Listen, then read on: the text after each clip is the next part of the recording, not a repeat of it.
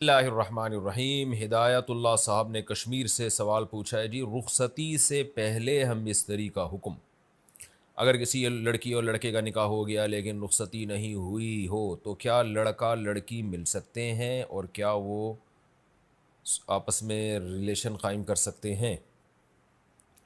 دیکھیں ہدایت اللہ بھائی، رخصتی کی ڈیفینیشن وہ نہیں ہے جس کو ہم رخصتی سمجھتے ہیں کہ بچی کو گھر سے روتے ہوئے رخصت کیا جائے، بلکہ رخصتی کا مطلب شریعت کی نظر میں یہ ہے کہ نکاح کے بعد میاں بیوی تنہائی میں جمع ہو جائیں، ایسی تنہائی کہ اگر وہ کوئی ریلیشن قائم کرنا چاہیں تو کوئی رکاوٹ نہ ہو، تو اٹ از کالڈ رخصتی، یعنی اسلام کی نظر میں اس کو رخصتی کہا جاتا ہے۔ تو اب یہ جو آپ نے کہا نا کہ رخصتی سے پہلے ہم بستری، تو بھائی جب ہم بستری ہوگی تو رخصتی ہو گئی، تو اس کو رخصتی سے پہلے نہیں کہیں گے، بلکہ اسی عمل کو رخصتی کہا جائے گا جی اس کی رخصتی ہو گئی ہے، تو اس سے پھر شریعت کے حکام میں فرق پڑ جاتا ہے۔ ہاں یوں کہہ سکتے ہیں کہ جو ایک روایتی رخصتی ہے، روایتی رخصتی تو ہوتی ہے کہ جو لڑکی اور لڑکے کے والدین نے ایک ڈیٹ طے کی ہوئی ہوتی ہے کہ جی ہم فلاں تاریخ کو اپنی بیٹی کو گھر سے رخصت کریں گے، آپ لوگ آئیں گے، گاڑی میں بٹھا کے لے جائیں گے، تو یہ ایک روایتی رخصتی ہے۔ تو وہ جو ایک ڈیٹ طے ہوئی تھی ان کے درمیان روایتی رخصتی کی، اس سے پہلے ہی میاں بیوی رخصتی کر لیں آپس میں آنکھ مٹکا کر کے یا کسی بھی طریقے سے، تو یہ شرعاً جائز ہے، اس میں کوئی گناہ نہیں ہے، کیونکہ جب نکاح ہو جاتا ہے تو میاں بیوی ایک دوسرے کے لیے حلال ہیں، تو جب وہ ایک دوسرے کے لیے حلال ہیں تو جب چاہیں ملیں آپس میں۔ ہاں یہ ضرور ہے کہ ایک اس کے سائیڈ ایفیکٹ ہو سکتے ہیں۔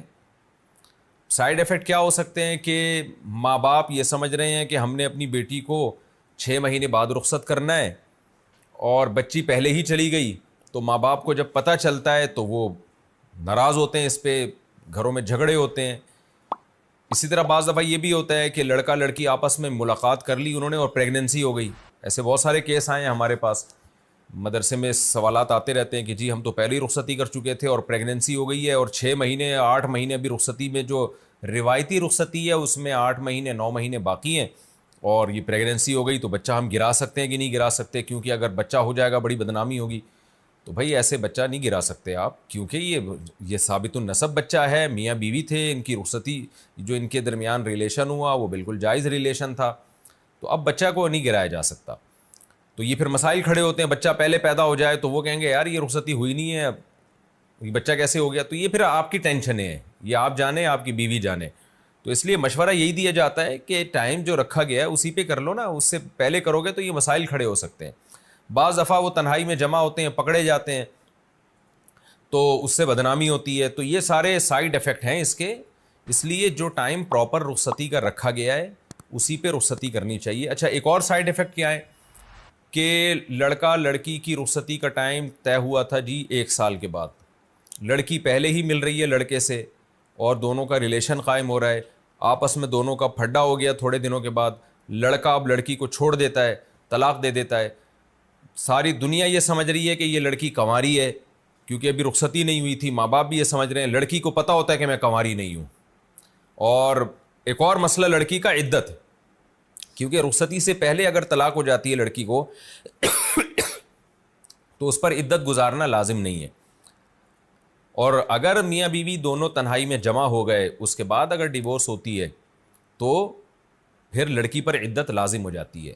اب ہوتا یہ ہے کہ دونوں تو تنہائی میں جمع ہو چکے تھے، لوگ یہی سمجھ رہے ہیں کہ نہیں جمع ہوئے، اب جب ڈیورس ہوتی ہے تو لڑکی کی عدت کیسے گزارے گی؟ وہ اگر وہ عدت گزارنا شروع کرتی اگلی شادی سے پہلے تو ماں باپ کہتے ہیں بھائی یہ کیا ہو رہا ہے، اور اگر عدت نہیں گزارتی تو اللہ ناراض ہوتا ہے۔ بہت بڑا حکم ہے شریعت کا عدت گزارنا، قرآن کا حکم ہے، گناہ کبیرہ ہے عورت کا عدت نہ گزارنا، اسی دوران وہ کہیں نکاح کر لیتی ہے تو وہ نکاح شرعاً کالعدم ہوگا۔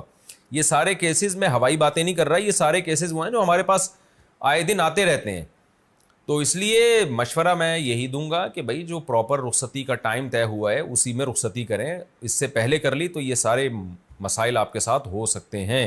لڑکی سمجھتی ہے کہ نہیں ہوگی ہمارے درمیان ڈیورس، لڑکی سمجھ رہی ہے لیکن بہت جگہوں پہ ہو جاتی ہے اور مسائل کھڑے ہو جاتے ہیں۔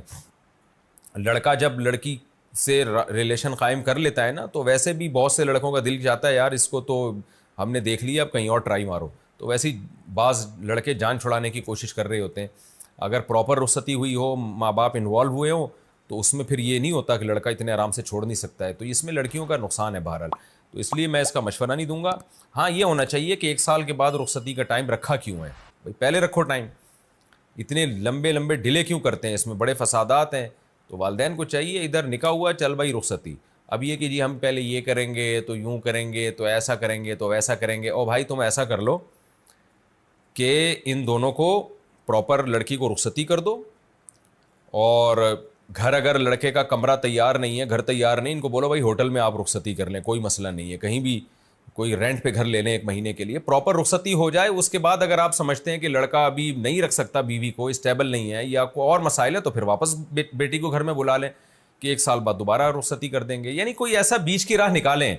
اور یہ 1 سال تک رخصتیوں کو ڈیلے کرنا یہ کسی بھی طرح سے ٹھیک نہیں ہے. اس میں آج کل سائڈ ایفیکٹ اس کے بہت زیادہ ہیں, کیونکہ ماں باپ یہ سمجھ رہے ہوتے ہیں کہ ہماری بیٹی سال بعد رخصت ہوگی. وہ ہوتی نہیں ہے, وہ پہلے ہو چکی ہوتی ہے, سوائے ان لڑکیوں کے جو میرے اس وقت بیان سن رہی ہیں. کیا بیٹا والدین سے چھپ کر سیونگ کر سکتا ہے؟ جوان بیٹا والدین کے ساتھ رہتا ہے, باپ بیٹا دونوں کماتے ہیں, والدین شادی شدہ بیٹی اور اس کے بچے پر بھی خرچ کرتے ہیں. کیا یہ بیٹا اپنی کمائی میں سے کچھ چھپا کر اپنے لیے جمع کر سکتا ہے؟ نور محمد مکہ مکرمہ.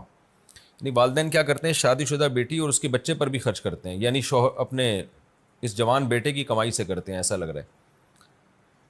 نور محمد بھائی آپ نے تو اپنا نام بھی لکھ دیا اور مکہ مکرمہ بھی لکھ دیا. اب آپ کے ابا سمجھ جائیں گے میرا بچہ آج کل کیا کر رہا ہے چھپا کے.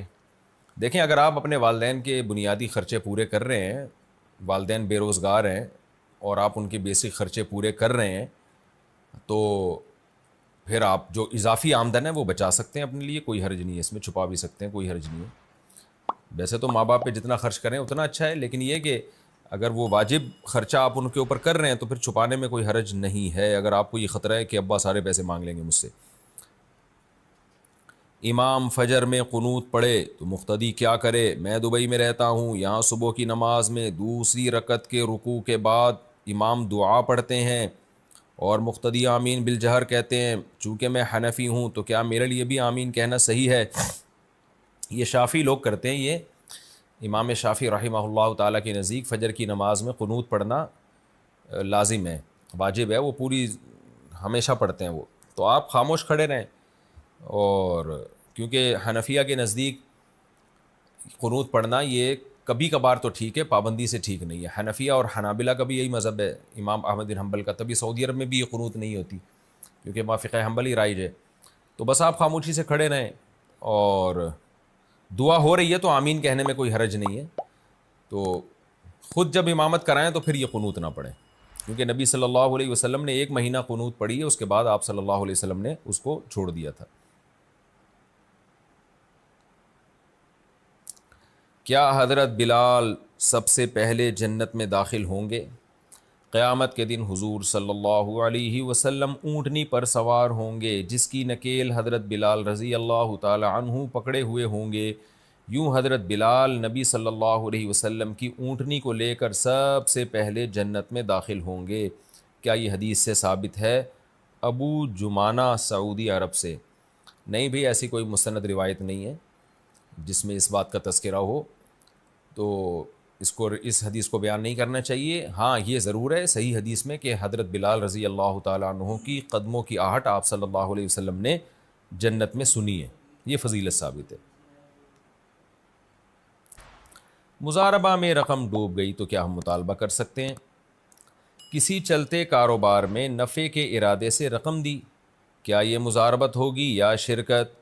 دوسرا یہ کہ اگر اصل رقم ہی ڈوب گئی تو کیا اس کا مطالبہ کرنا صحیح ہوگا یا نہیں؟ عمیر مصطفیٰ بہاولپور سے. دیکھیں, مضاربت کہتے ہیں انویسٹمنٹ ایک کی ہو اور عمل دوسرے کا ہو, اور شرکت مشارکہ جسے آج کل کہا جاتا ہے وہ یہ ہے کہ دونوں کی انویسٹمنٹ ہو, پھر عمل دونوں کا ہو یا عمل ایک کا ہو, اس سے کوئی فرق نہیں پڑتا. وہ یعنی مشارکہ ہونے میں کوئی فرق نہیں پڑتا. تو آپ نے جو رقم دی ہے, جس کو دی آپ نے رقم, اس سے آپ کا ایگریمنٹ اگر یہ ہوا تھا کہ میری انویسٹمنٹ ہے, کام میں نہیں کروں گا, کام تم نہیں کرنا ہے, پھر اس نے اپنی رقم بھی لگا لی تو یہ شرکت بن جائے گی, نہیں لگائی تو یہ مضاربت بن جائے گا. لیکن اس سے مسئلے پر کوئی فرق نہیں پڑے گا. آپ سے جو اس کا ایگریمنٹ ہوا ہے, اس ایگریمنٹ میں یہ جو طے ہوا تھا کہ انویسٹمنٹ آپ کی ہے اور عمل آپ کا ہے, تو آپ سے جو طے ہوا تھا کہ آپ کی انویسٹمنٹ پہ جتنا پروفٹ ہوگا اس کا کتنے پرسنٹ آپ کو دے گا, اتنے پرسنٹ خود رکھے گا. تو وہ اگر پروفٹ ہوتا ہے تو پرسنٹیج کے حساب سے ڈیوائڈ کرنا پڑے گا. اگر پروفٹ نہیں ہوا, لاس ہو گیا, تو وہ سارا انویسٹر اٹھاتا ہے, خوب سمجھ لیں. اور اگر دونوں کی رقمیں لگی ہوئی تھی, آپ کی بھی اور اس کی بھی لگی ہوئی تھی, تو جو رقموں کا تناسب ہے, ریشو ہے, لاس دونوں اسی ریشو کے حساب سے برداشت کریں گے. مثال کے طور پر آپ نے اس کو 70,000 روپے دیے یا 70 لاکھ روپے دیے کہ بھئی اس سے بزنس کرو, اس کے اس کاروبار میں 30 لاکھ روپے اپنے لگے ہوئے تھے, ٹھیک ہے نا, تو ٹوٹل 1 کروڑ سے وہ بزنس کر رہا ہے, تو پروفٹ تو وہ ڈیوائڈ کر دے گا پرسنٹیج کے حساب سے جو بھی طے ہو. لیکن لاس اگر ہوتا ہے تو ٹوٹل لاس کا اس کو 30% برداشت کرنا ہے اور آپ کو 70%. تو اب ٹوٹل رقم ڈوب گئی کا مطلب یہ ہے کہ ٹوٹل 1 کروڑ ڈوب گئے, تو اس کا مطلب دونوں کو کچھ بھی نہیں ملے گا. 1 کروڑ سے کم ڈوبے ہیں تو 30% وہ برداشت کرے گا, 70% آپ برداشت کریں گے. اور اگر اس کا 1 روپیہ بھی نہیں لگا, اس میں ٹوٹل 70 لاکھ ہی سے بزنس ہو رہا ہے, یا ٹوٹل 1 کروڑ آپ نے ہی اس کو دیے ہیں, تو ظاہر ہے پھر ٹوٹل لاس آپ ہی نے اٹھانا ہے. اگر وہ 1 کروڑ کے 1 کروڑ ڈوب گئے تو پھر آپ کا سارا پیسہ ڈوب گیا. تو جو عمل کرنے والا ہوتا ہے, جس کی انویسٹمنٹ نہیں ہوتی, وہ نقصان کبھی برداشت نہیں کرتا کاروبار میں. اسلامی لحاظ سے, جو شرعی لحاظ سے جو بزنس ہوتا ہے, اس میں نقصان وہ نہیں برداشت کرتا. نقصان سراسر اس کے ذمے ہوتا ہے جس نے انویسٹمنٹ کی ہے, اور جتنی انویسٹمنٹ ہے, جتنا انویسٹمنٹ پرسنٹیج کے حساب سے اس کی انویسٹمنٹ ہوئی ہے, اسی پرسنٹیج کے حساب سے اس کو لاس برداشت کرنا پڑتا ہے.